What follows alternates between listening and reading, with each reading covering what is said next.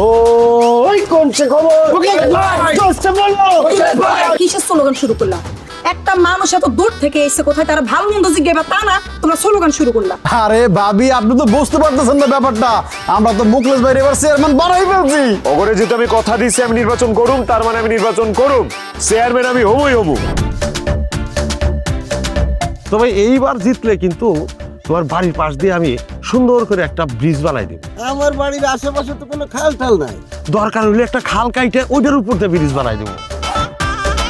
এই কম্বলটা লয়া যদি খালাম্মার দোয়া লয়া আহি লগে 7টা ভোটও লয়া আমু, তুমি বুঝতেছো না কি লিখে দাও কম্বলটা দাও। মনটা চাইতেছে কম্বলটা দিয়ে তোমার মাথাটা ফাটাইয়া দিই। এই এলাকার এই গ্রামের প্রত্যেকটা ঘরে ঘরে ইংরেজি চর্চা হইব বেটা। আজকে যে শিশু জন্মগ্রহণ করবো, ওই জন্মগ্রহণ করার পর ইংরেজিতে কথা কইব, কইব ইয়েস। আবার আজকে যে মরে যাইব, মরার আগেও ইংরেজি কয়া মরবো। ও মাই গড।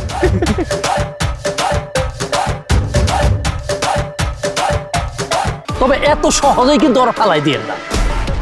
দূর পারবো পরে ফালাই দিব। আপনারা কে কইছে? কি দেশে গেছে?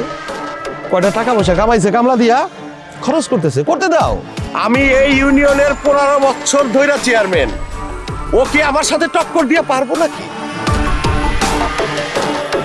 আমি এই ইউনিয়নের চেয়ারম্যান হইলে এই ইউনিয়নে লেখাপড়াই বন্ধ করে দিব।